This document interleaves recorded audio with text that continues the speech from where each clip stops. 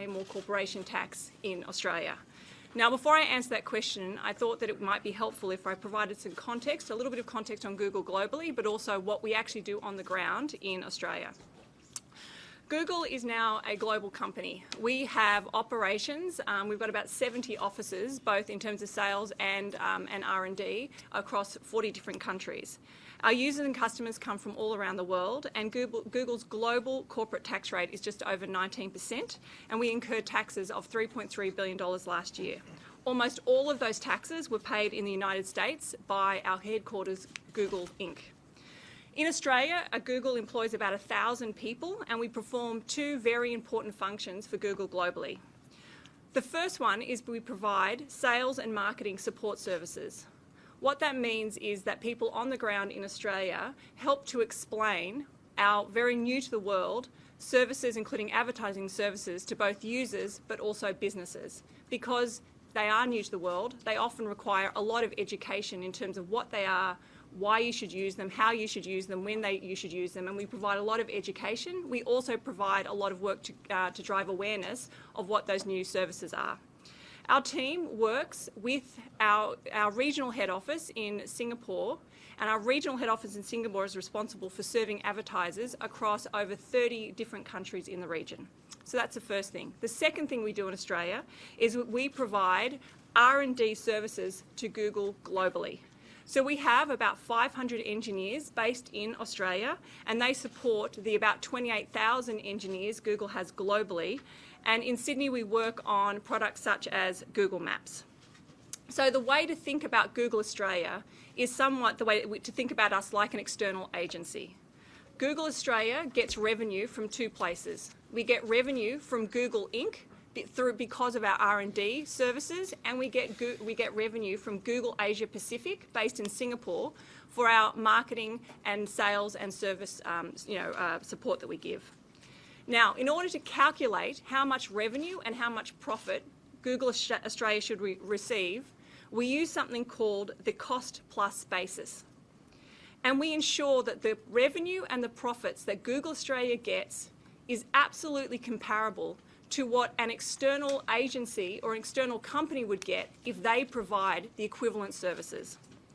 So specifically for 2013, Google Australia was paid $358 million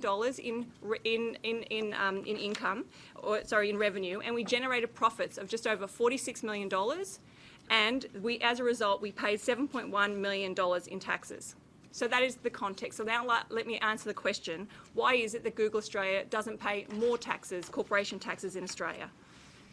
And the answer to that is because, like many other multinational corporations, whether they're digital or otherwise, we pay the lion's share of our taxes to the country where our headquarters is based. That's because typically head offices, and in our case, our head office in the US, is where we take the majority of our risk and where we make the majority of our funding in investments such as research and development. And that, in turn, is what drives our profits. So at Google, our success and our profits stem from our intellectual capital, and that is the technology that helps to drive things like the algorithm, which provides what we think is the most relevant answer to whatever search you put into Google search. It also drives things like the technology to help us do the auction that prices the advertising that you would see on YouTube or on Google search. Now, this intellectual capital was developed outside of Australia, and this intellectual capital is owned outside of Australia. And it's very easy to underestimate the risks and also the costs that were required today to develop that intellectual capital. And it's also very easy to underestimate the ongoing risks and investment required to develop the next type of innovation, such as driverless cars. For perspective, last year alone, Google invested more than $9.8 billion in R&D. And if you think back to when we made our first investment in search, Google in the US funded that even though there was already an incumbent well entrenched in the search space. When Google in the US made the decision 6 years ago to buy YouTube for $1.65 billion, that business at the time was generating virtually no revenue and was riddled with legal risks.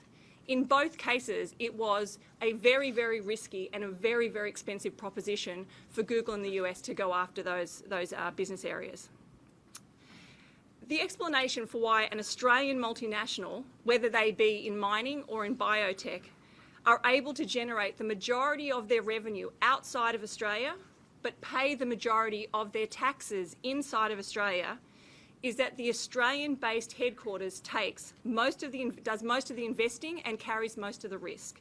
The Australian headquarters invests in things like infrastructure and R&D. So it makes sense that the profits and the taxes made and paid are in Australia.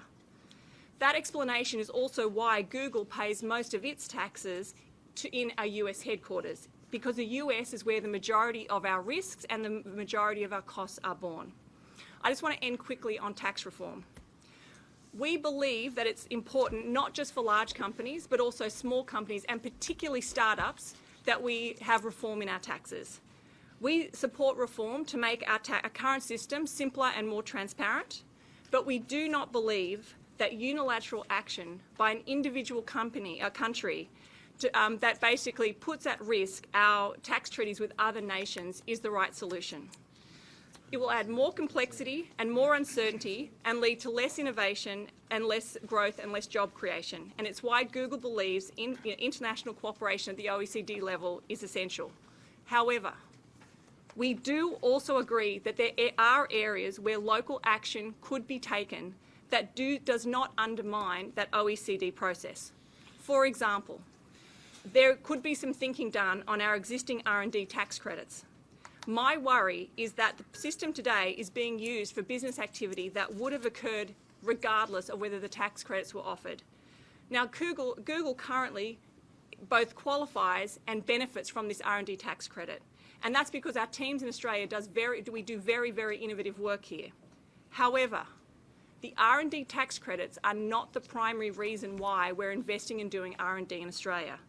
And I do think those incentives, for example, could be better targeted to startups, and there are probably businesses all over Australia at the moment being started up in someone's garage that could be better served by getting them up faster and scaled globally faster and hopefully turn into the next Google or Apple or Microsoft, and that those businesses could be headquartered in Australia.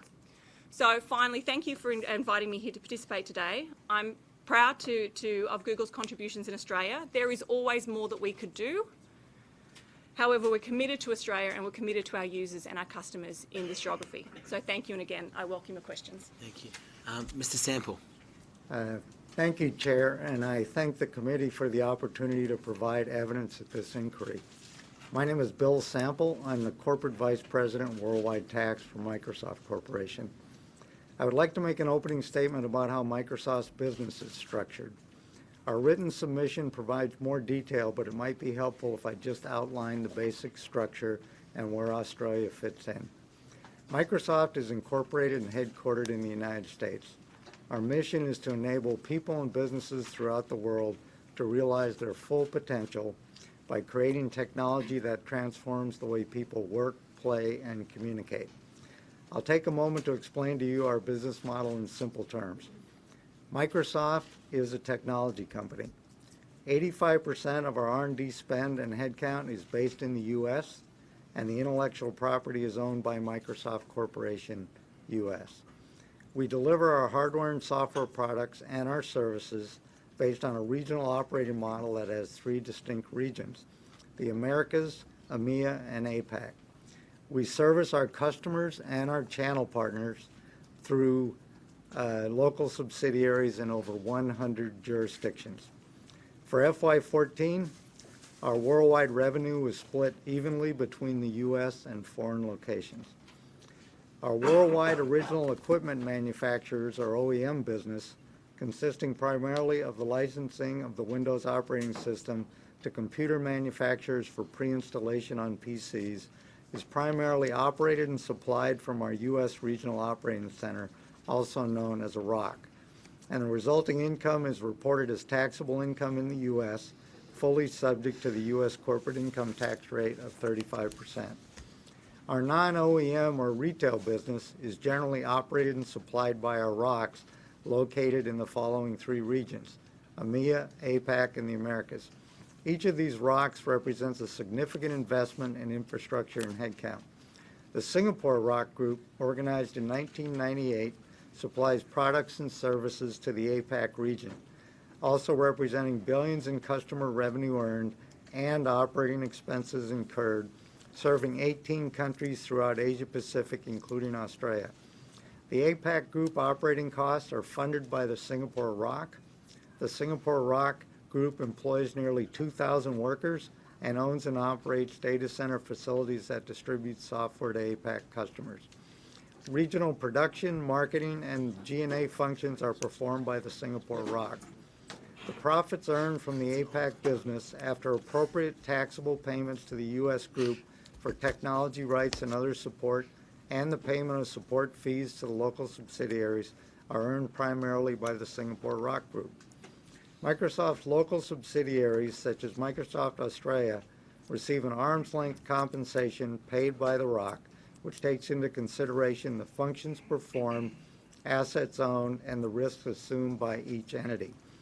Local entities are generally required to act under the direction of Microsoft Corp with regards to the marketing campaigns, pricing, terms, and conditions, and policies and procedures.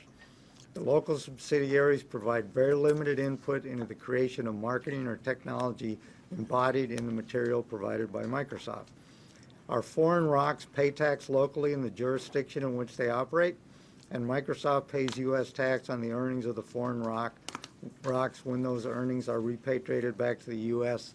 in the form of dividends or included in income under other provisions of the U.S. Internal Revenue Code. Microsoft also pays U.S. tax on royalties and cost-sharing payments that are received from the foreign ROCs. Microsoft Australia Pty has operated in Australia for over 30 years and currently has around 960 employees. Microsoft Australia has over 10,000 channel partners, of which 69% are Australian small businesses. These partners employ over 232,000 people in high-skilled jobs, and they contributed over $19.5 billion to the Australian economy in 2013.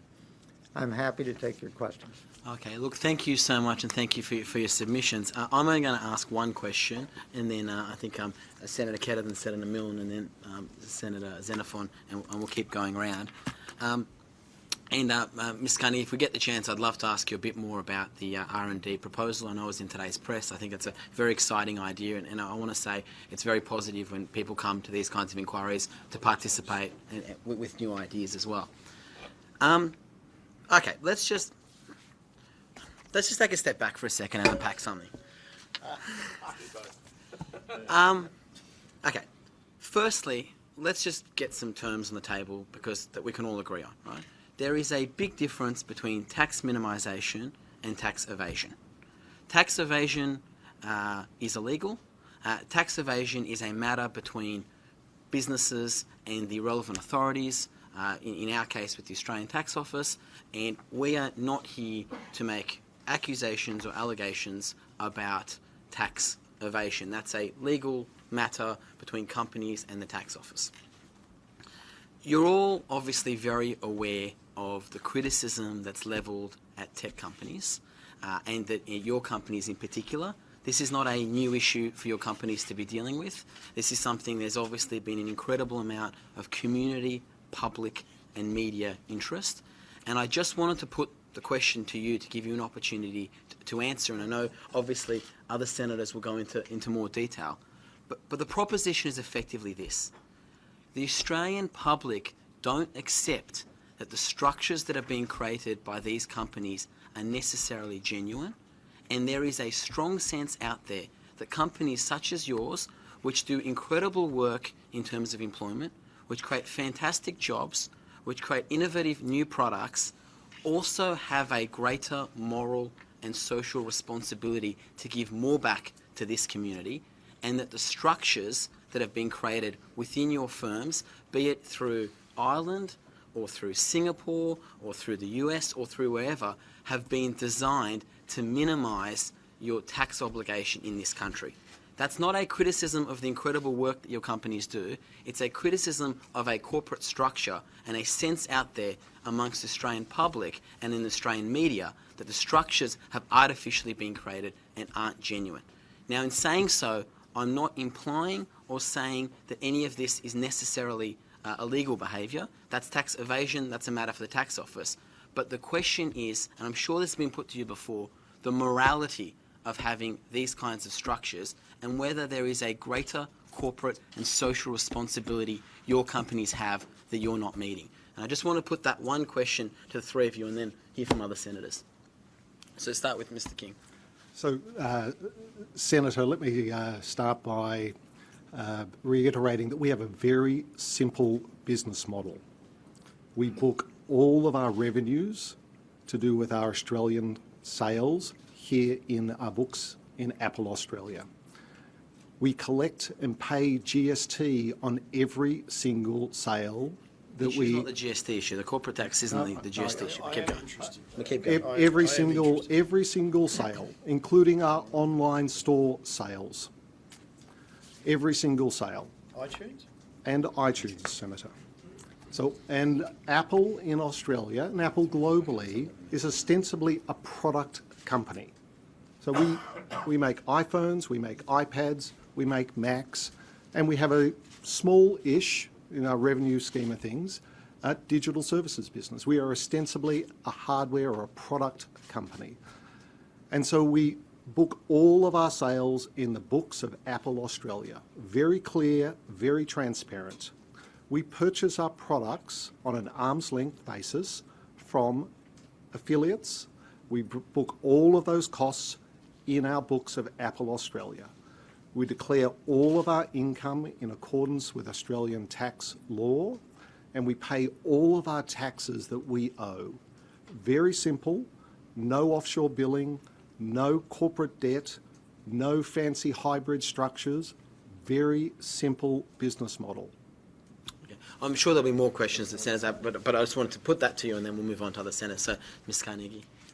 Senator, Google also has a very simple structure. We also use an arm-length pricing model to kind of determine what the revenue and the profit for Google Australia should be.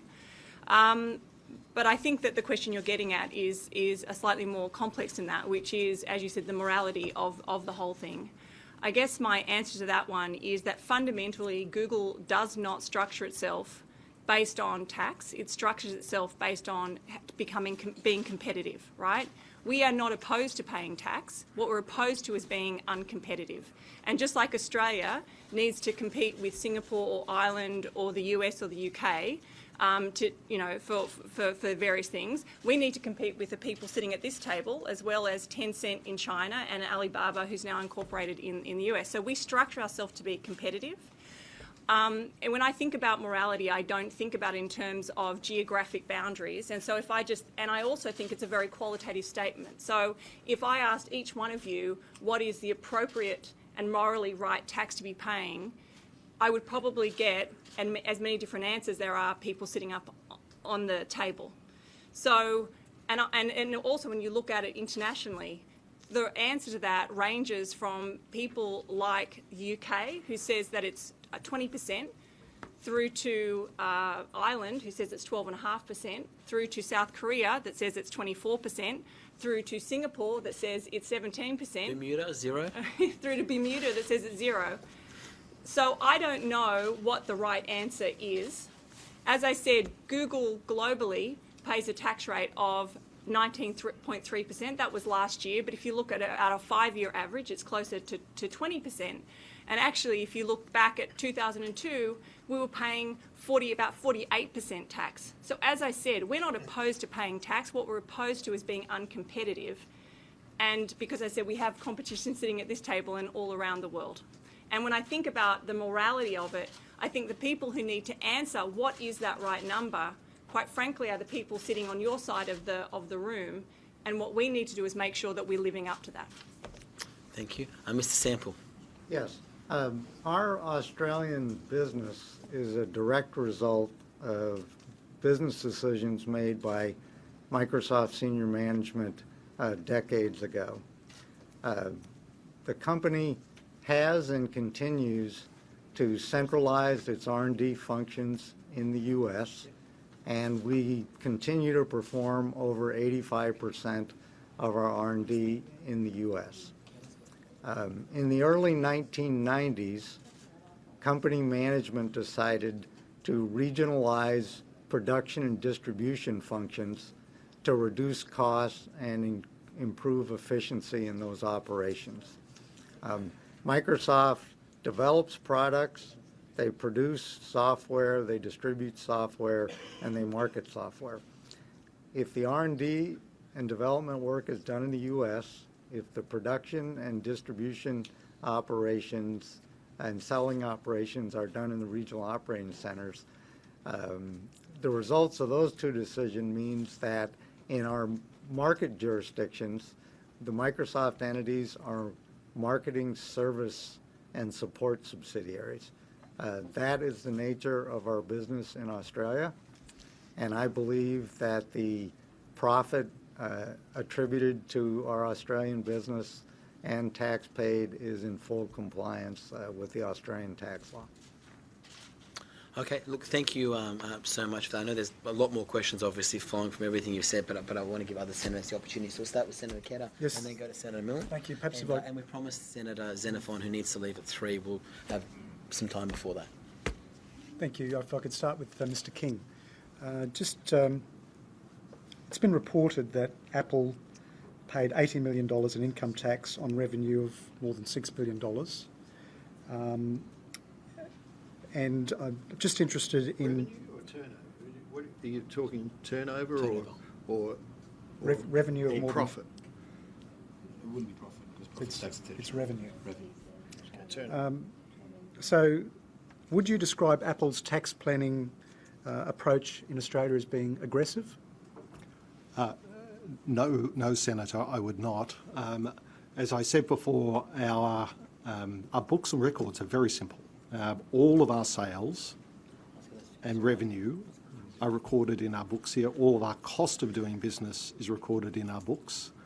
And our net income is clearly reported as well. Our tax is paid on our net income, and that's paid at an effective tax rate last year of just over 30%.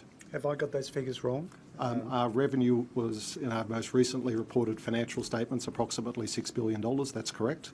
And our income tax expense was around $80 million. Correct. So, Yeah.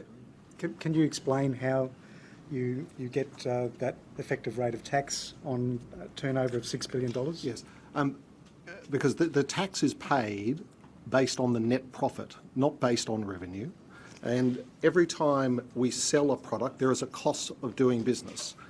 Products like an iPhone are very complex pieces of technology that take many, many years to develop, have enormous R&D expenditure associated with them, and that cost of sale is in our books of Apple Australia. It's the cost of buying the product that we bring in and then distribute to our customers and to our partners in Australia.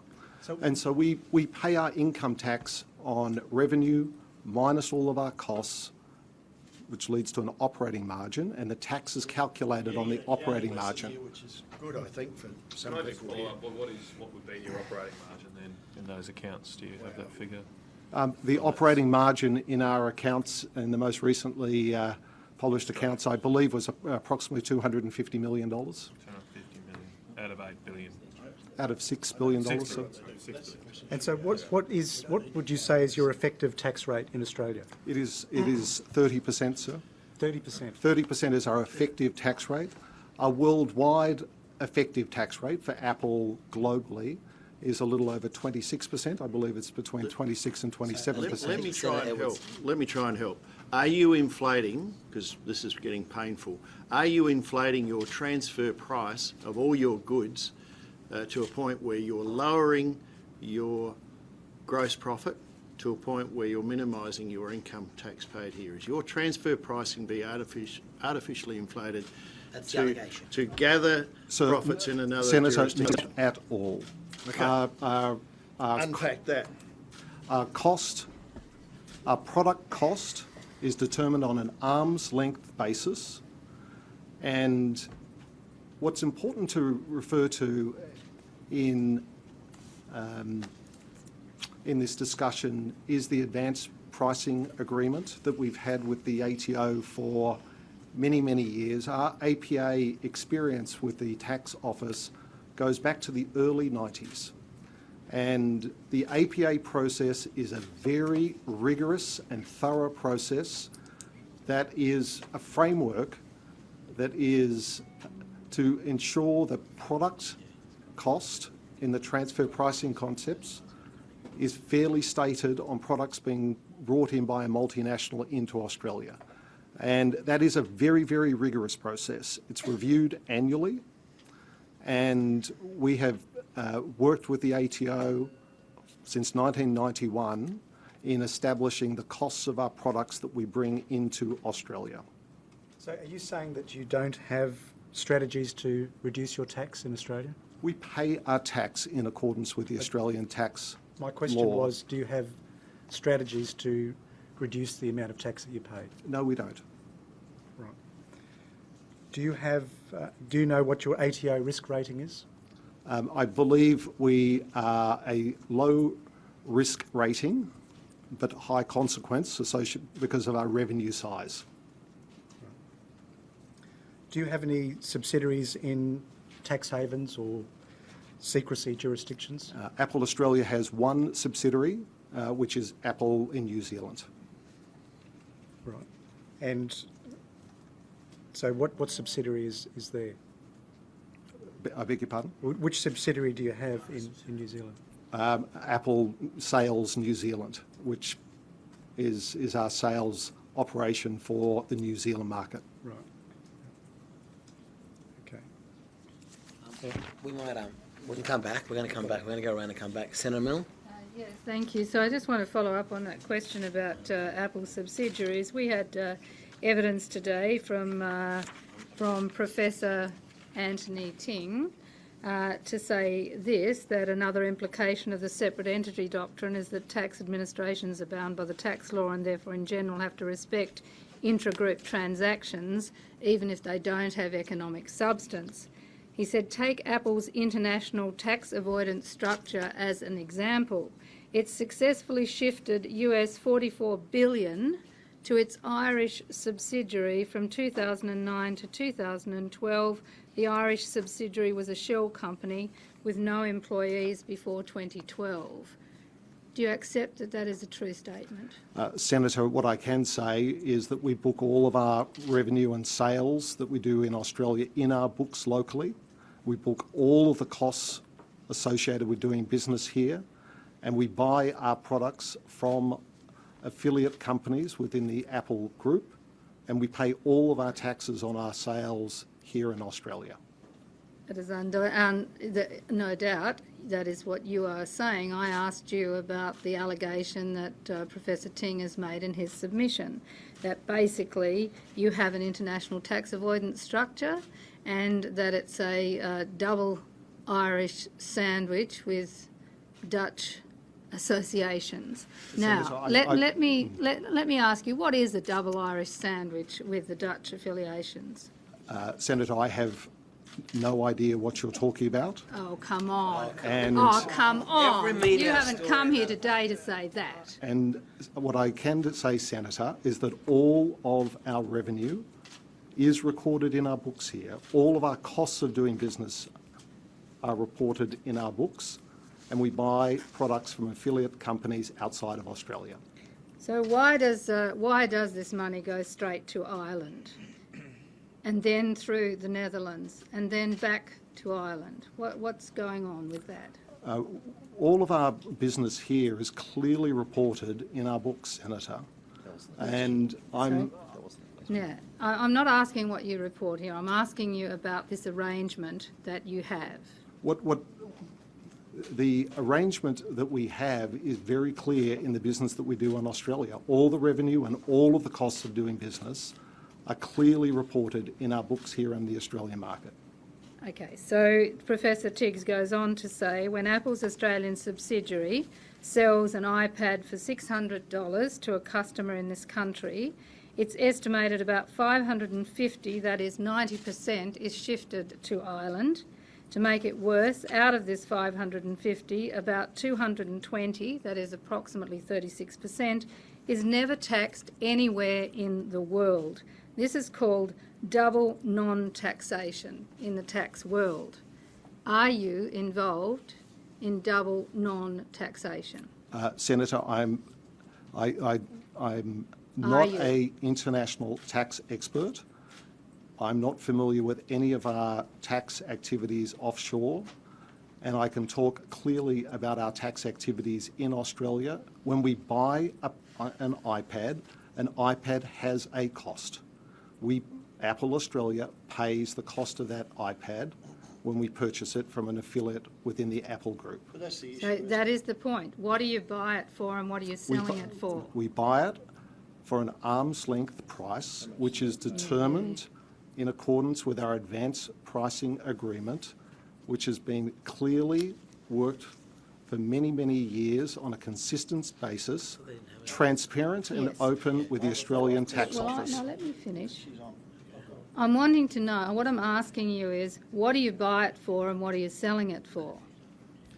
We buy it as an arm's length Yes, price. I heard you say an arm's length transaction and your advanced pricing agreements. What I'm asking you, though, is what is the actual dollar terms? What are you buying an iPad for and selling it for in Australia? We're buying it at an arm's length price, which I would heard be you the say same that. I price said how much? as Senator. I don't have a specific dollar value for each one of our products here today. Yeah. So relative to what you buy and sell an iPad for in Australia, how does that compare with the price that you sell it for and the cost you buy it for in other places? Say America. I'm not familiar with our tax practices in America. I can talk about our tax practices here in Australia. But that iPad would be bought at the arm's length price, which would be as if Apple in Australia was an independent entity buying that product from an offshore. Yeah, but therein is the problem. You're acting as if you're a separate entity, and you are not a separate entity. You are part of a global structure, and you are fixing the prices around the world so you maximise your expenses here in this jurisdiction and then maximise your tax avoidance in a low tax jurisdiction. Isn't that what Apple is doing? Senator, I reject that. We are Why? following. What is wrong with that statement? We are following globally accepted transfer pricing principles. We are following Australian transfer pricing principles in everything that we do here in the Australian market. I'm not saying you're not following the law or you're not following principles. I'm asking you as a matter of fact. You're sitting here saying that you are just familiar with the Australian tax arrangements of your Apple subsidiary here. What I'm saying is it is ridiculous to regard you as a single entity when you are part of a global company which is avoiding tax. We do not avoid tax. We pay all of our taxes that are due in the Australian market in accordance with law. Look, you know where Senator Miller's going. It's getting painful again. Yes. All right? If you buy an iPad for $550 in Australia and sell it for $600, you've got tax on $50. That's your gross margin, right? That's your gross margin. Then you've got costs out of that. Then there's your net profit. Your net profit might be $10, of which you pay 30%, which is $3 on every iPad.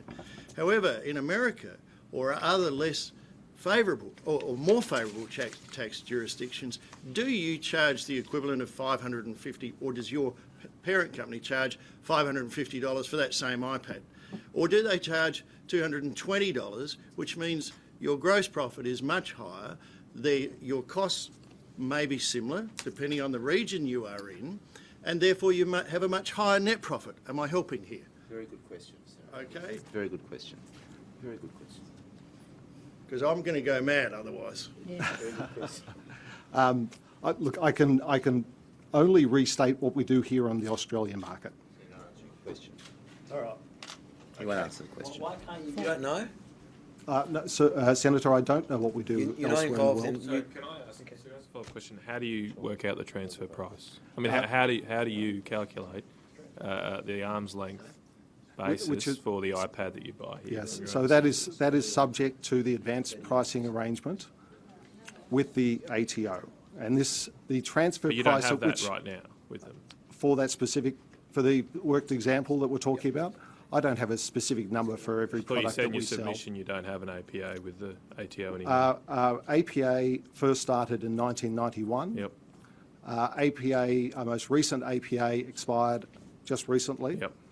And we are working So you don't have one right now. on the basis We- as if that APA was Mr. still King, in existence. we're mere senators, okay, and we don't, and you're not an international tax expert, I understand that, but you're responsible for a company that pays tax and is obviously involved in these arrangements to determine your tax.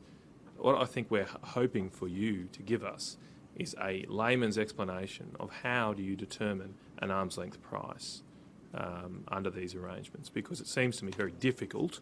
It's not a simple business. You said your business is simple. This is not simple because there is no alternative purchaser of iPads. There's no alternative market that we can go to check this price and benchmark it. How do you determine the price given it's an internal party, related party transaction?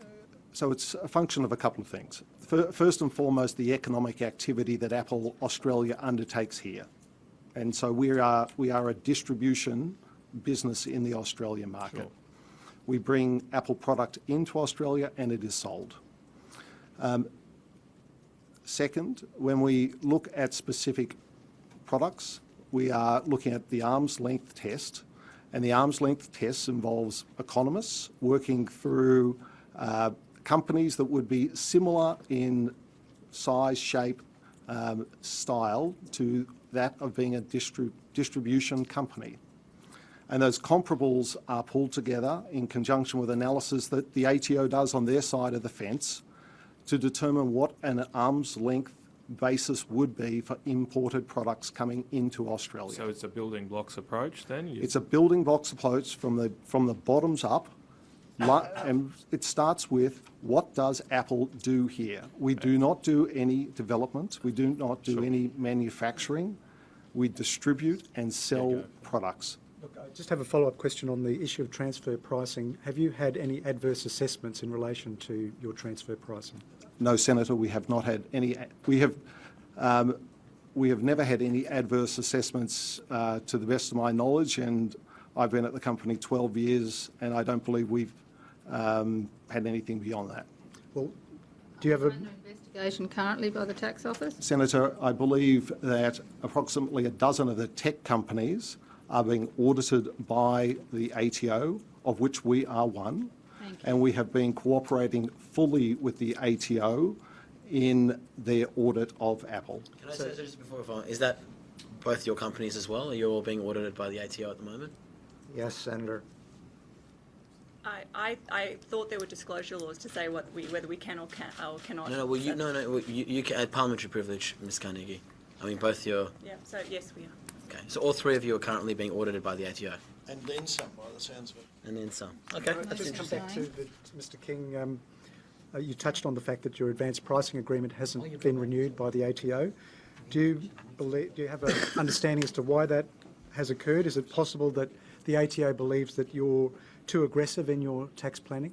Senator, I don't believe that's correct. I believe our agreement expired and we were in renewal discussions, and then an audit commenced with the technology companies about 6 to 12 months ago. And so those discussions are ongoing. Our desire is to renew our APA with the ATO. And the APA is a very rigorous and professional program. Yes. Okay. Okay, so what we're going to do is, sorry, I'm very conscious of how time's going. Senator Xenophon will have to leave shortly. Senator Milne, did you want to go till about 1:45, and then Senator Xenophon take over from there? Unless Senator Xenophon wants to go now. No. So if Senator Milne, you want to go for a while, and then we'll endeavour not to interrupt you. No, that's fine. I just want to follow up to the questions that have been asked in relation to Apple's costs of goods sold in Australia. Is it true that the cost of goods sold in Australia is much higher than globally? I don't have that data point today for you, Senator. But advanced pricing agreements are very commonly implemented Well, perhaps around the if world. I could just ask to take it on notice, please, if you would provide a comparison. I'll take the question on notice, We would Senator. be very interested to know the answer to that question. I'd just like to move on to Google, and perhaps you could explain to me what the double Irish sandwich with Dutch associations is, since it is the thing that Google is particularly accused of. I mean, nobody is going to accept the explanation that you have a simple tax structure. So let's actually understand how we end up in Bermuda. Starting from here, how we end up in Bermuda. And Senator, I'm not going to say that Google has a simple tax structure globally. What I would say is we have a simple tax structure in Australia and Google Australia. And unfortunately, similar to my colleague, I am not a global tax expert. I can explain to you what I do know about Google's tax, but I will have to take it on notice if you want to get into detailed international, tax discussions. So, the intellectual property of Google globally is owned by Google Incorporated, which is a US-based company. Google Incorporated then basically shares the cost and the risk of taking that intellectual property to market with another entity called Google Ireland Holdings. That is a company that's based in Ireland. There are then two operating companies underneath that structure. One of them is called Google Ireland Limited and the other one is called Google Asia Pacific. Google Australia, as I said, basically provides sales and marketing support services to Google Asia Pacific, and we also provide R&D services to Google Inc. Now, coming back to your questions, that broadly speaking is how we go to market. Coming back to your question, I acknowledge that there is a lot more complexity to the Google global tax structure than that. None of that other structure impacts the tax that Google pays in Australia, and I can take on notice if you want. I can come back and explain what goes on in more explicitly in Ireland and other places. But to be frank, I don't have those details today. Well, I find it extraordinary that you don't, because the whole point of this inquiry is to look at whether companies like Microsoft, like Apple, like Google pay a fair share of tax in Australia. You've already established you get very generous R&D concessions in Australia. We've established that, so maximise the expenses in a country which pays substantial rebates. And then it is minimise the tax that is paid through these structures. As I understand it, the money that gets to Ireland goes to the Netherlands, so that avoids the European complexities and gets you into a low tax jurisdiction in the Netherlands, which then transfers the money straight from the Netherlands to an Irish subsidiary an Irish company located in Bermuda, which has no tax. So at the end of the day, we are seeing a strategy surely for Google in Australia to maximise the costs here and to transfer as much as possible overseas and end up paying no tax on it at all. Isn't that effectively what Google Australia is actually doing? Senator, no, it's not. Why? And the reason Why do you say that's not what is happening? Okay, the reason I say that that's not happening is because, as I said at the beginning, the work that we do in Australia, if another company was doing that work, if they were providing advertising and sales support, or they were doing that R&D, that engineering here, we get an external company to do an audit and say, what would the equivalent another company be paid for those services, both in terms of revenue and in profit?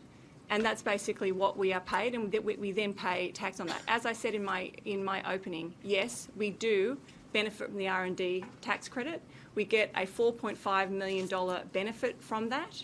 Now, that means that, if we did not did not benefit from that, we'd be paying 25% tax. So I acknowledge, yes, we do take it, we do get benefit from that R&D tax credit because we qualify qualify for that. But the revenue that comes from Australia is taxed in Singapore,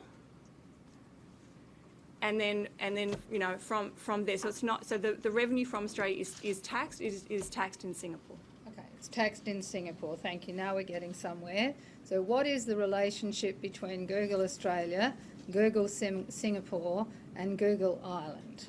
Okay, so as I said in the beginning, Google Australia provides sales and marketing services to Google Singapore, and we get basically revenue for those services. Now, the other revenue from the market, so the money that that Google generates from, for example, Business Australia, is paid directly into Singapore, and that money is then taxed in Singapore. And the costs associated with what Singapore charges you for the cost of those services, which gets the money transferred to Singapore, which is a low-tax jurisdiction. Is that correct? And who determines those costs? So the costs for the services that we provide are determined by going to an external party who, on an annual basis, looks at what a similar what an agency or an external company would charge for similar services. So who's the external agent? I actually don't know the answer to that. I'll come back on notice to you on that. But that is how the Google Australia revenue and profit is determined. Yes, so the tax is paid in Singapore, not in Australia. So tax is paid. The tax for Google Australia, which, as I said, is a combination of sales and marketing services and R&D services, that tax is the tax on that is absolutely paid in Australia, and the tax generated from, for example, our advertising revenue is paid in Singapore. Yes, so the tax from your advertising revenue is paid in Singapore. Yes, Senator. Exactly. So we'll get to Microsoft, and Microsoft is also accused of the double Irish-Dutch sandwich. Is that the case? Senator, we do not and have never used the Dutch sandwich, so although I've heard the term, I'm not familiar with it.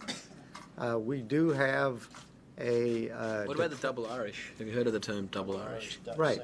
We do have a double Irish structure that was set up years ago and is in decline and represents less than 10% of our Irish Regional Operating Centre earnings.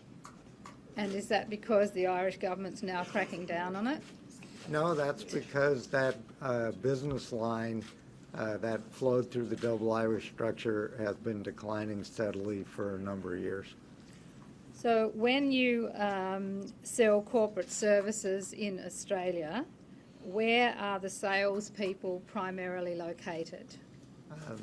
The products and services we sell to Australian customers are sold by our Singapore group. Thank you. So the salespeople are primarily located in Singapore? That's correct. Thank you.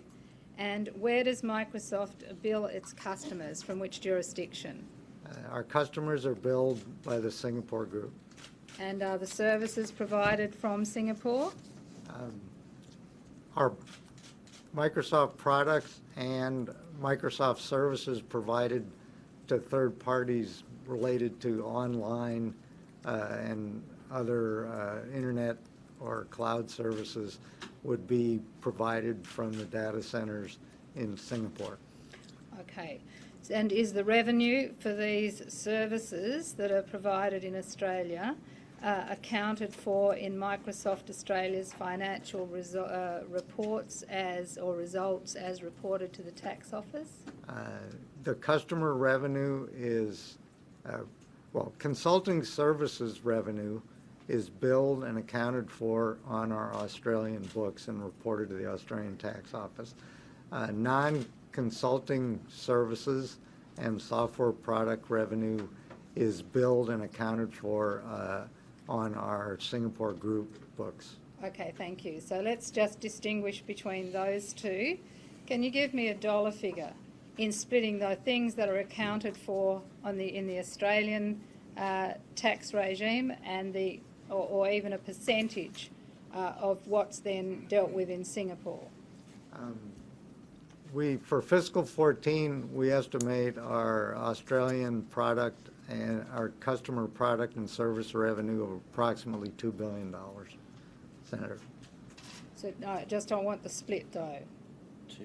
Sorry. Well, that would, and then we probably book over $100 million of consulting services revenue on our local subsidiary books. So just say those figures again. $2 billion in software product and services revenue booked in Singapore, and I think a little over $100 million of consulting services revenue booked in Australia. So 2 billion booked in Singapore and 100 million in Australia. Yeah. That'd be And it just so approximate. happens that Singapore is a low tax jurisdiction by comparison. Well, it doesn't just so happen, It's Senator. a happy coincidence, is it not? No, it's, as I said earlier in my testimony, our management in the early 1990s decided to regionalize our product production, distribution, and sales activities.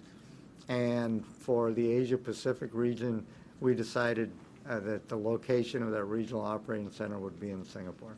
So just to go to a particular consumer services, for example, the Xbox platform, where do you bill your customers from for that? That's the Xbox product would be billed out of Singapore. Thank you, out of Singapore. And are the services provided from Singapore? That would be correct, Senator. I believe that's correct. And again, the revenue for these services, are they accounted for in the financial results here or just in Singapore? They're accounted for in Singapore, Senator. Thank you. So just give me a relationship between Microsoft Australia, Microsoft Ireland, and Microsoft Singapore. What's the relationship between those three entities? Microsoft Australia is not related in our legal structure to either Microsoft Singapore or Microsoft Ireland. And Microsoft Singapore and Microsoft Ireland are not related, and there are no transactions between the two. How extraordinary. Who do you work for? Who pays you? Who are you working for? I work for Microsoft Corporation in Redmond, Washington. So why are you here if you've got nothing to do with this lot in this country? Because we decided, based on the nature of this inquiry, that we would try to answer your questions as best as possible, and I'm the person in the company most familiar with the company's tax structure. Yeah, no, I'm not suggesting that you're not welcome to be here, but I find it extraordinary that you're saying that these separate entities have nothing to do with each other, and here we are. It's wholly owned by the mothership. Wholly owned. Is it? Wholly owned subsidiaries Who are the in each shareholders of case. Microsoft Australia? Microsoft Australia is owned by a European holding company, which is owned by Microsoft Corporation in the U.S. Thank you. There you go. So we're talking about the wholly owned subsidiaries. Can I ask one quick follow-up? Yes. Mr. Sample, did you fly over to Australia just for this inquiry today? Yes, Senator, I did. Okay. Senator Sorry, Xenophon? Senator Xenophon. Mr. King, you've been with Apple for 12 years now? Yes, sir. When was the last time you went to Ireland on business? I have never been to Ireland on business. See, I find that strange because Apple's Australian operations, according to investigative journalists in this country, says that Apple in Australia has moved almost $9 billion in untaxed profits to its operations in Ireland. Apple, I mean, why would you've put close to $10 billion to Ireland? You've never been there. And Senator, Apple in Australia is owned by Apple Ireland. That is our parent company. Okay. And I'll reiterate that I've never been to Ireland for business purposes, only pleasure. Do you Okay.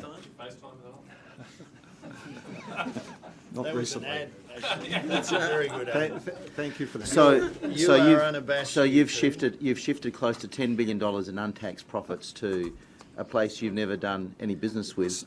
So we haven't shifted any profits. No. We book all of our revenues here, all of our costs, and But you've shifted $9 billion from Australia to Ireland. Is that we have the not case? shifted any profits outside of Australia. No, I'm asking, have you shifted $9 billion in revenues to Ireland, as reported? No, sir. So what have you shifted? We haven't shifted any profits. You sure about that? Yes, sir, I am. Okay, so what do you say that back in 2013, Apple reported pre-tax earnings in Australia of only $88.5 million after sending an estimated $2 billion from its Australian sales to Ireland via Singapore, where Apple negotiated a secret tax deal in 2009? We're very transparent in everything that we do in the Australian market, Senator, and all of our revenue, all of our costs are clearly reported in our Australian business. We do buy products from affiliate companies outside of Australia, and we pay for those products. Can I just go to a May 20th report of the United States Senate's Homeland Security Permanent Subcommittee on Investigations, reported on May the 20th, 2013. It concluded, the US Senate concluded that Apple's tax arrangements have nothing to do with its business, that effectively it was highly critical of Apple's tax arrangements. Do you know anything about that US Senate committee's findings? I've watched the Senate inquiry at which our executive team presented, and they gave a very comprehensive description of Apple's tax affairs, not only in the United States, but internationally at that Senate investigation, and that is in the public domain. And as a consequence of that, the US Senate made quite significant findings against Apple about its activities, that it was aggressively minimising tax. I don't believe that there are any adverse findings against Apple from that inquiry. Well, we might dig that up. Can I just ask you, Ms Carnegie, when was the last time you went to Bermuda? I've never been to Bermuda, Senator. Because you're aware that most of the profits of Google go to the tax haven of Bermuda. Are you aware of that? No, I'm not. I am aware, as I said in my opening, I believe that most of the profits are taxed in the US. Okay. So when Bloomberg Business reports that most of the profits went to the tax haven of Bermuda, which has a population back in 2013 of 65,024 people, you're not aware of any of that?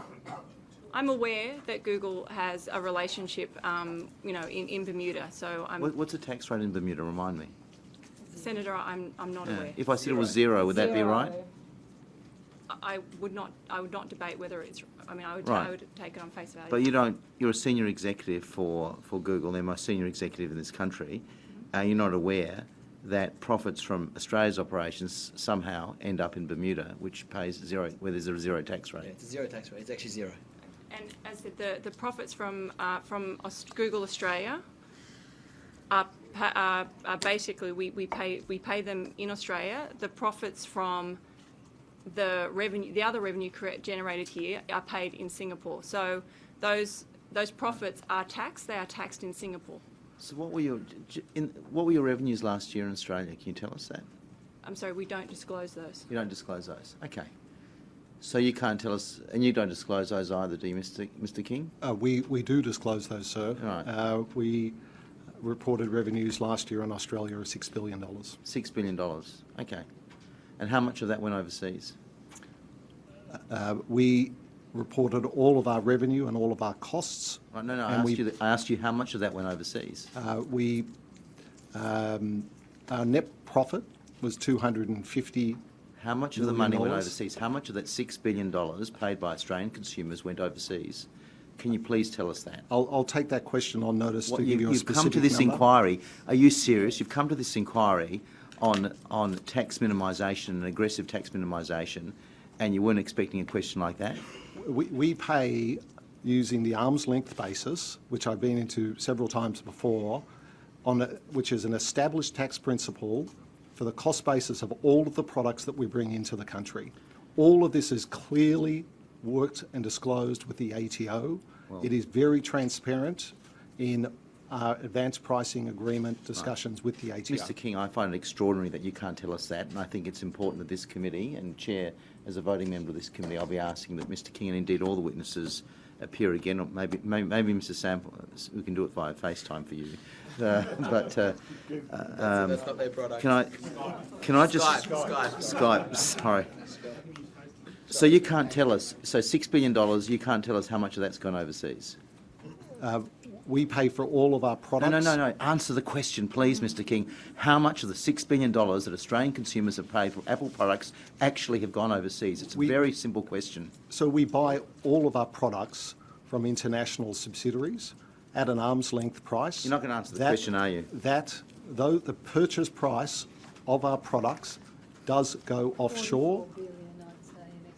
So I'll take it on notice to give you... And you weren't expecting a question like that today, were you? So I'll take it on notice for the purchase price of our products for last year. So does that mean, just a following question. I just want to kind of get clarified for the purpose of the committee. Do you not know, or you're not telling us? Is it? So I don't have the number. You don't know the number? I don't have the number. You don't know the figure?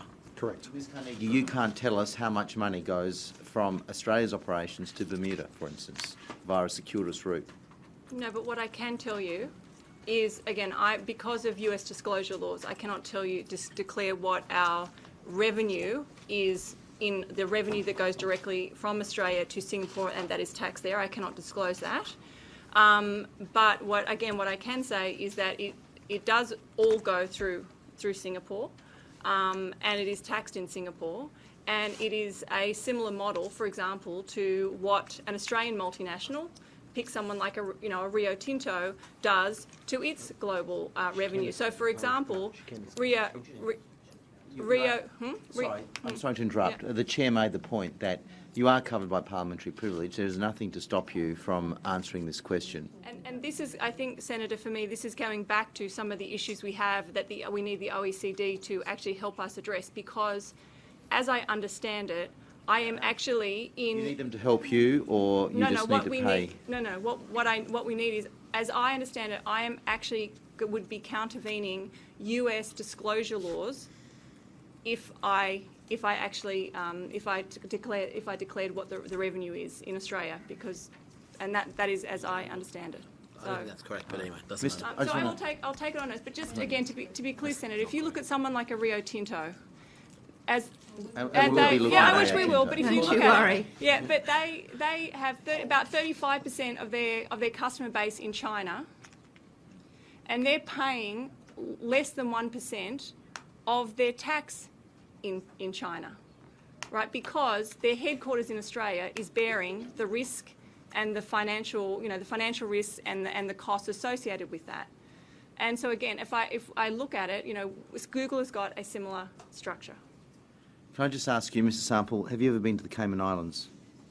No, Senator, I have not. You haven't? Well, again, I'm surprised because Microsoft uses places such as the Cayman Islands, does it not, in terms of its tax? Funds are funneled from Microsoft to the Cayman Islands. Senator, to the best of my knowledge, we have not and don't intend to use the Cayman Islands. Okay. So where did you use it? Well, what about Bermuda? Well, where is it? Bermuda, or is it, Antigua. where? we do have a licensing subsidiary in Bermuda. Bermuda. I'm Bermuda, sorry. thank you. They're close to each other. Are you the same? William Sample referred to in an article in a BBC article of a couple of years ago as Microsoft's Vice President for Tax? I believe so, Yeah, Senator. but I'm in not aware Australia, of in Australia, another or Bill, we're William more Sample. casual here. You have to thank Google for being able to find that. Yeah, I thank Google and Apple for the device.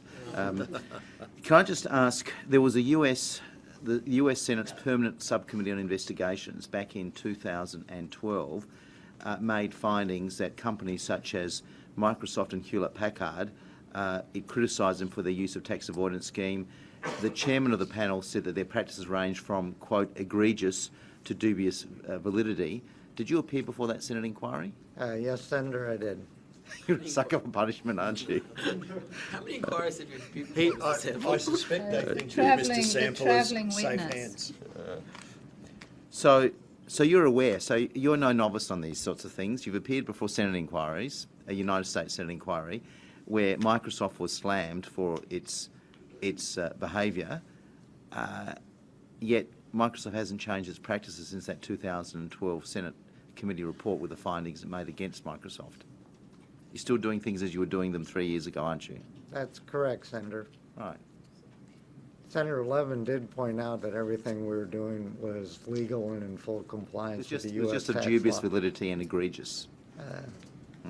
That was the senator's opinion. Right. So how much of the two? My final question is: how much of the $2 billion? How much in revenue do you take from Australia? What's your sale? $2 billion. How much of that goes overseas? Well, it's all, the revenue is in payment for products and services provided No, by our answer the Singapore question. Don't do group. this. Please don't do this to me. Yeah. How much goes overseas of the The $2 billion? $2 billion is billed by the Singapore group, and it's paid to the Singapore group. So all of it goes to Singapore. Of that $2 billion, that's correct, Senator. Thank you for your direct answer. Thank you, Chair. Okay, I think we. On this Can I particular follow up on one, this point? Of course. I just want to Yeah. follow up Follow on up, this yep. particular issue about how Microsoft has done this. So in that US Senate inquiry, I note that what Microsoft did was to sell the intellectual property rights to its subsidiaries in Ireland and in Singapore. So is that a matter of fact that the US parent company sold the intellectual property rights to those subsidiaries in Ireland and Singapore? Senator, all our intellectual property is owned by Microsoft Corporation in the United States. So when in that Senate inquiry in the US, you haven't sold any of your intellectual property rights to or license. Well, let me not. I'll go back. It's not the IP. It's the license to sell Microsoft in Europe and in Asia. Our Irish and Singapore regional operating center groups have licensed the right. Okay, thank you. Have bought the Right. license to sell those products in the regions. In exchange for significant license payments back to the U.S. made every year.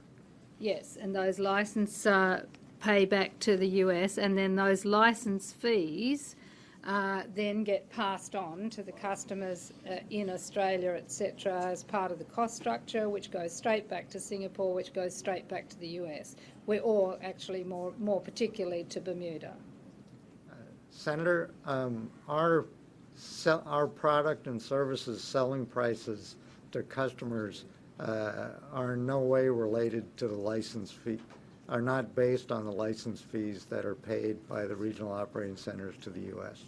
So why the allegation made in the US that these license fee arrangements have meant that they can essentially inflate the costs?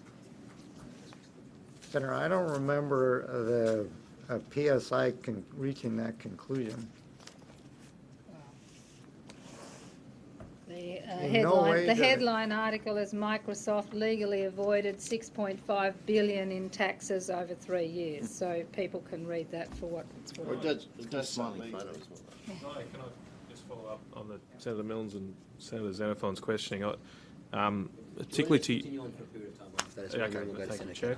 And, providing you're finished, Mr. King, Senator Xenophon asked you about the Homeland Security Senate Committee in the US, Homeland Security, and Senator McCain put out a statement in that committee and in that inquiry saying that, and I quote directly here, Apple's corporate tax strategy reflects a flawed corporate tax system and allows multinational corporations to shift profits offshore to low tax jurisdictions.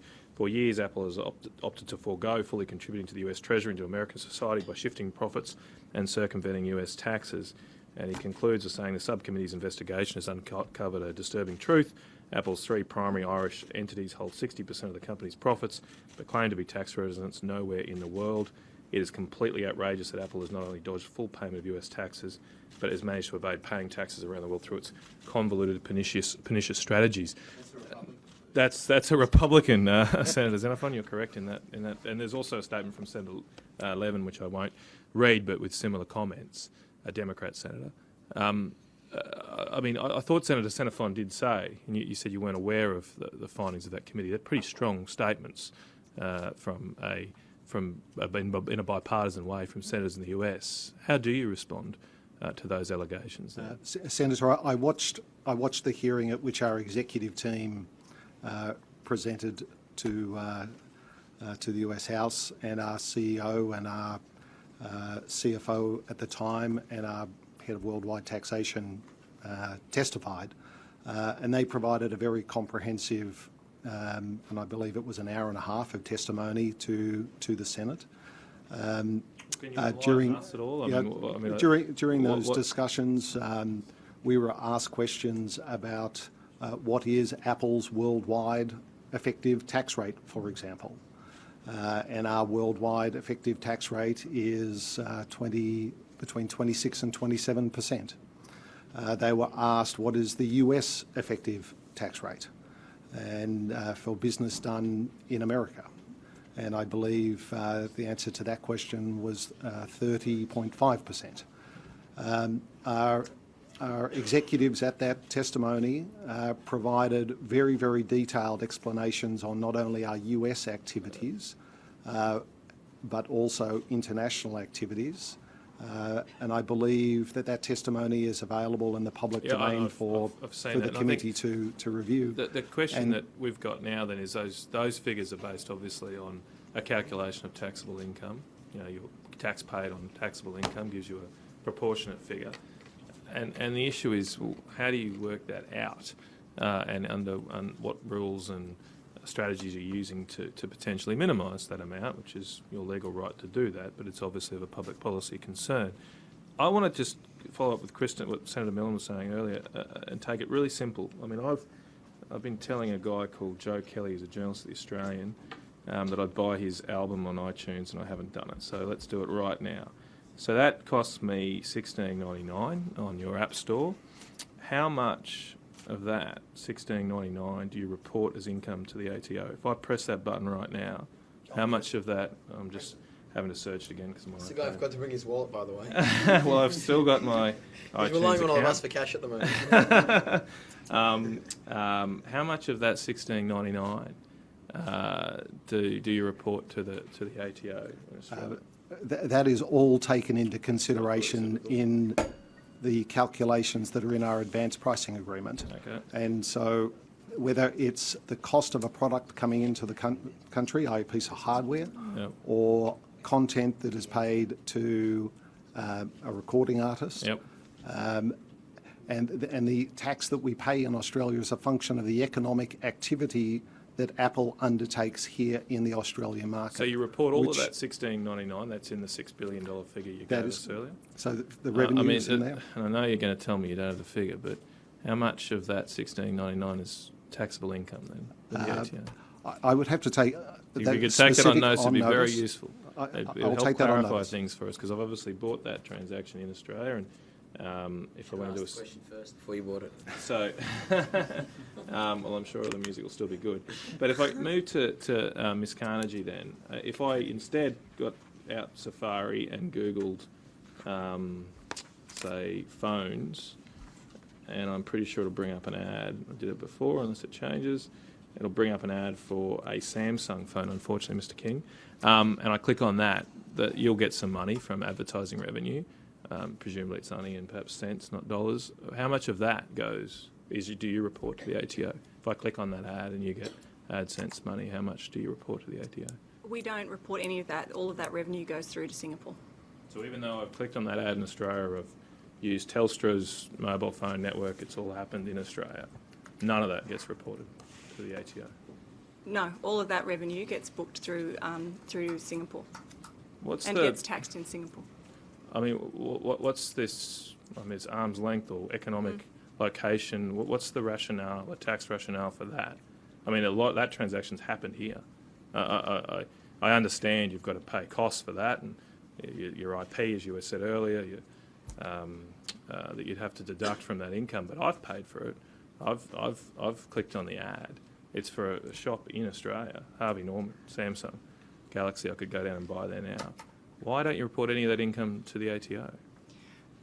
We have a bit of a different business model to other people in that we don't actually set any of the prices for that. That is all done via an auction. So there is no price discussion. It's all basically done through technology, and that auction, the intellectual property and the intellectual capital for that auction is very, very sophisticated. It takes hundreds, if not thousands, of engineers to create, and it can all be run, quite frankly, outside of Australia. So there is really very little need to have people in Australia to be helping to really look after that transaction. So it goes Except through. for me, who is an Australian, right? Who is effectively using your service and providing you revenue. I mean, the equivalent would be reading a newspaper or watching TV in Australia, and my eyeballs help provide them revenue, but we expect them to pay taxes in this country, those media companies, and you're effectively a media company in one sense of the word, but none of that income is reported here. I find that extraordinary then. From a public policy perspective, there's an issue there for us because it's economic activity that's occurring in Australia. It's leading to a store that's in Australia, but we can't touch it. And Senator, as I was speaking earlier, again, if we look at how Australian multinationals are operating outside of Australia, it's not remarkably different, as I said earlier, to for example, a Australian mining company who is generating almost more than a third of its revenue in a market like China, and yet is only paying China 0.4% of its taxes. So again, these are international tax arrangements. What Google is doing in Australia is very, very similar to what Australian companies are doing outside of Australia, and that's why in my opening I am not sitting here today trying to defend whether those practices by Australian miners or Australian biomedical companies or American companies or Google are right or wrong. They are simply the way the global tax system is currently working. We're trying to operate within that, and if the government chooses to create a different system, then obviously we will abide by that. I mean, I don't want to put you in too uncomfortable position next to alternative Apple there, but it seems to me that the iTunes store I just used is not that much different from the AdSense ad I just clicked on. I mean, both of them have been created by companies away from Australia, yet Apple are reporting its income here and you're not. My question is, how much discretion do you have under the current law to make those judgments yourself, rather than the ATO saying you must report that here or that over there? Is that your choice as a company, basically, to say, look, that's our arrangement, we book it to an overseas entity? Senator, it's a great question, and to be frank, it's not one that I've actually asked. So I'd like to take it on notice because I think it's a good question, and I will come back and give you an answer to that. Okay. Mr. Sample, I didn't want to leave you out of this, but I've paid $12 a month or something to access Microsoft Office. I've already done that. I can't do it again. But I think it was pretty clear from your answering Senator Millen and Senator Xenophon earlier that $12 a month, that goes offshore. That's the $2 billion. That's correct, Senator. Yeah. Okay. So likewise, I mean, if I go into into JB Hi-Fi and buy Microsoft Office, is that also all the money from that goes to your Singapore entity as well? Well, when you buy it from the Hi-Fi store, the money you paid the Hi-Fi goes to an Australian business. Yes. The Australian business would have acquired that software Yes. from the Microsoft Singapore group, Senator. So all that money goes to Singapore? Yes. Right. Okay. Net of the margin for the Australian business. Yeah. Okay. Yes, for their value added here that occurred here would be taxed. Okay. Can I just wanted to go back to what we were talking about before on the transfer pricing. And I'm mindful of time. I'll try and keep this to 5 minutes or so. Mr. King, you mentioned it was a building blocks approach, but this question is for everybody. I'm still interested to know, I mean, how do you come up with those costs in that building blocks approach? How much of those costs are like for an iPad, for $600, whatever this costs, how much of that is actual physical, wages you're paying people in China, the aluminium or glass that you buy, things that we can pretty easily measure? What proportion of that is a physical construct, and what proportion is intangibles, marketing or fixed costs, overheads, or IP, etc.? Maybe I'll break it down in two portions, Senator. The economic activity that we undertake in Australia is very, very clear. Wages for our people, all the buildings, leases, activities that we undertake, and then an assessment of all of the value that the Apple team in Australia contributes to the distribution of our products in the Australian market. And so a lot of that is time and cost of staff. That is the first part of the building blocks in an APA process, is to ascribe value to the economic activity that's undertaken by a multinational, such as Apple, in the Australian market. And then that is essentially worked up the stack to the product side. Each one of our products is intensely complex and is a mix of components, hardware, software, many, many years of research and development, and the split between intangibles and tangibles. I don't have those numbers off the top of my head. Presumably you're using some method of cost accounting to tally up all the costs if you're a global business, and allocate those to different products, and a lot of your costs will be overheads, I presume, or common or fixed costs. Yeah, a lot of a great deal of costs within Apple is the procurement of components, the manufacturing processes associated with the building of our products, an enormous cost load in terms of operations and transference of products around the world, a very considerable amount of money in research and development, and all of those intangibles, all of that development activity is undertaken in our headquarters in Cupertino in the United States, and that's where all product design takes place. Can I ask you this direct question? Do you, in this, the allocation of your costs to Australia, to what the transfer price is to Australia, so if the Australian entity is buying an iPad from somewhere overseas to sell here, do you charge every Apple subsidiary around the world the same price for that iPad? Like, does the iPad you're buying here in Australia the same price as what a Singaporean, or they're probably not the best example, an Indonesian Apple would buy it for? Is it the same price across the world, or do you allocate your costs differently? To the best of my knowledge, Senator, it is consistent around the world. And but could you take that on notice? And I did take that question different on. Than what I mentioned, but is it the same? I took that question on notice before, and the APA process that we have in Australia is deployed in many of the OECD tax jurisdictions around the world. And so the process of determining the transfer price is consistent here with principles that would be deployed in other tax jurisdictions around the world. But so I'll take the overall question on notice to give you more specifics. Okay. Yeah, we just got one quick. Could you also take on notice? You've given us, and thank you very much. You've given us the figures, I believe, for last financial year, the $6 billion. Was that right? And I get an operating margin of about or a taxable income margin of 4.1%. It's $250 million on $6 billion. It seems low. I mean, I know you've got other costs, and you don't necessarily have all that much value added here in this country, but it still seems a relatively low margin. Could we get this?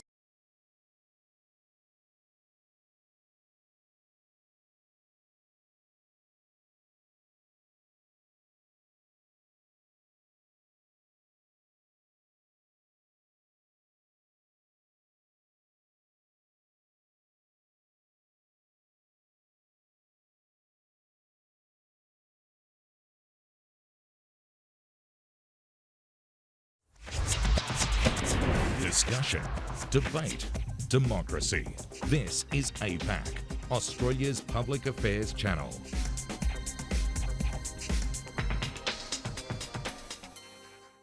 If your reality could use a few improvements, why not augment it? Augmented reality is an emerging technology that's here to inform, guide,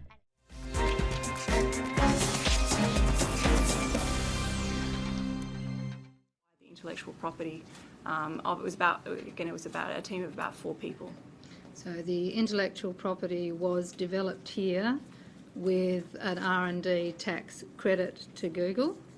I don't believe so, Senator, because it was a startup that we acquired. I have no understanding of how that startup operated before Google Okay, so could you acquired it. take on notice, please, the development of the IP for Google Maps here in Australia, the tax breaks that you got for that, and then the decision to take it to the US? And Senator, just to clarify, do you want to know the tax break that the startup did to? Because I'm not sure I can get that, but I can. I want just to provide what information you can Sure. about Google acquiring the intellectual property for Google Maps and then taking it offshore. Yes. Okay, just very, very quickly, Senator Ketter's got 1 or 2 follow-ons. Yes, thank you. Now, earlier, I might have got these figures written down incorrectly, Ms Carnegie, but you mentioned that you paid $7.1 million in tax. That's correct. Can you just go back over those figures again for me? You also mentioned a figure of $358 million in revenue. Yes. And $46 million profit. Now, so this is from your Australian operation? Yes, that's from Google Australia. From Google Australia. So if you've paid $7.1 million in tax in Australia? Yeah, for 2013 in Australia. Right. So what effective rate of tax does that represent? So, on $46 million, $7.1 million is 15%. So, and as I said before, we did claim $4.5 million of R&D credit. So if we had not claimed the R&D credit, then the tax rate would have been closer to 25%. Does your company have an advanced pricing agreement with the ATO? We do not. We tried to enter into an agreement, but then I think they were shut down in a similar circumstance. Because of the audits? No, I'm not sure why, but we did reach out and wanted to start that conversation. But so you've been in Australia for some time. We've been in Australia since about 2002. And since that time, you haven't been able to secure an advanced pricing? We only tried relatively recently. And Senator, again, when you think about advanced pricing, our price for our products is through an auction, right? So there isn't actually, outside of the services we provide, there is no kind of pricing negotiation, intercompany pricing negotiation, because we don't actually, negotiate prices. It's what is through the auction, and whatever is paid through the auction goes directly through to Google Asia Pacific. So again, the advanced pricing arrangement would simply be for the services, the marketing and sales services we provide and the R&D services we provide. And we only really approached the Australian Tax Office relatively recently about potentially putting that into an advanced pricing agreement. Do you know what your ATO risk rating is? I do not, Senator. Are you able to find out? Yes, I can. Well, I can try. If they will tell me, I will. Yeah. On this question of the audits, can I just touch on something? So all 3 of you are being obviously audited at the moment. We had the ATO here earlier. They said there's 12 or so tech companies. I think that's their figure. Not a matter for you because you only know about yourself. How long is this auditing period going to go for? Have they given you a estimated end date? Like, how long is this going to go for before we get to the next stage?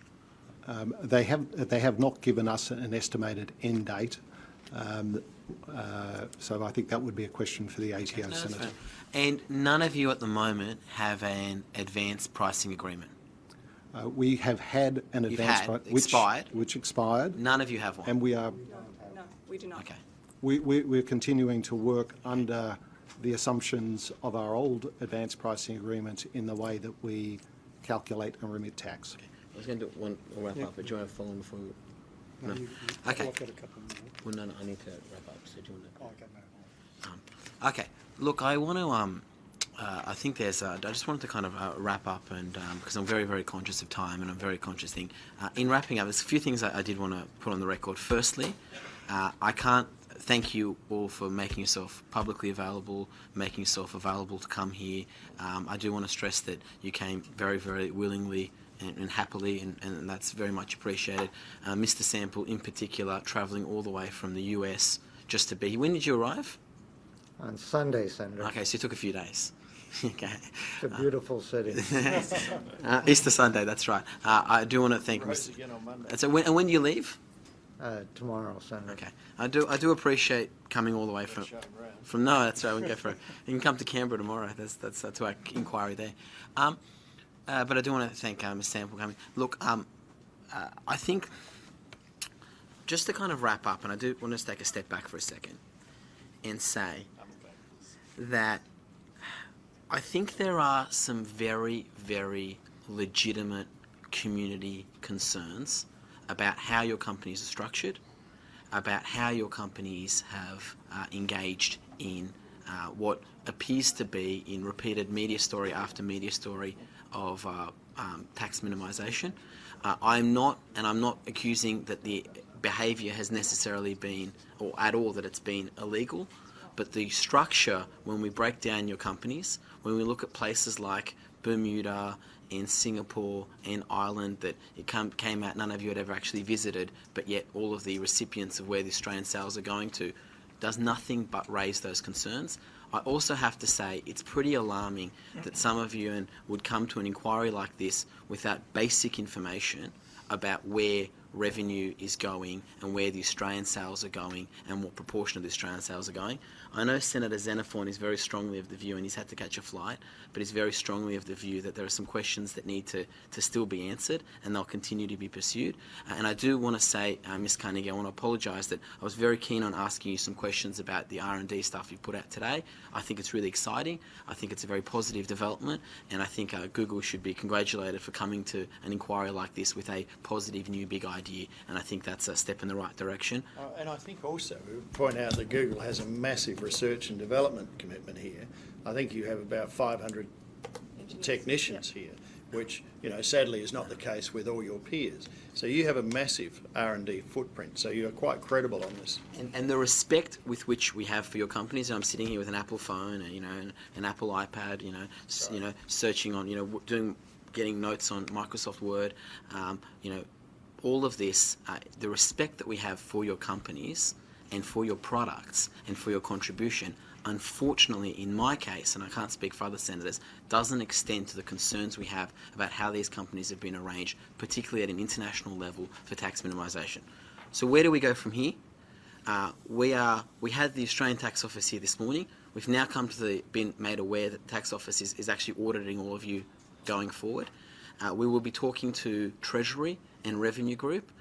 We believe, or I certainly believe, but the role of this committee is to explore opportunities that allow us to make sure there is a fair share of tax being paid in the Australian jurisdiction, and does that in an appropriate way. We will be making a series of recommendations at the end of this process as part of the report to government, and the objective is hopefully to try and make that as bipartisan as possible, but obviously that will come down to the detail and what the recommendations are. So look, I don't think this is the end of it, and I think Senator Xenophon certainly is keen to pursue some of these matters, but conscious of time, I think we will leave it at that, and we will return in 10 minutes with representatives of News Corporation.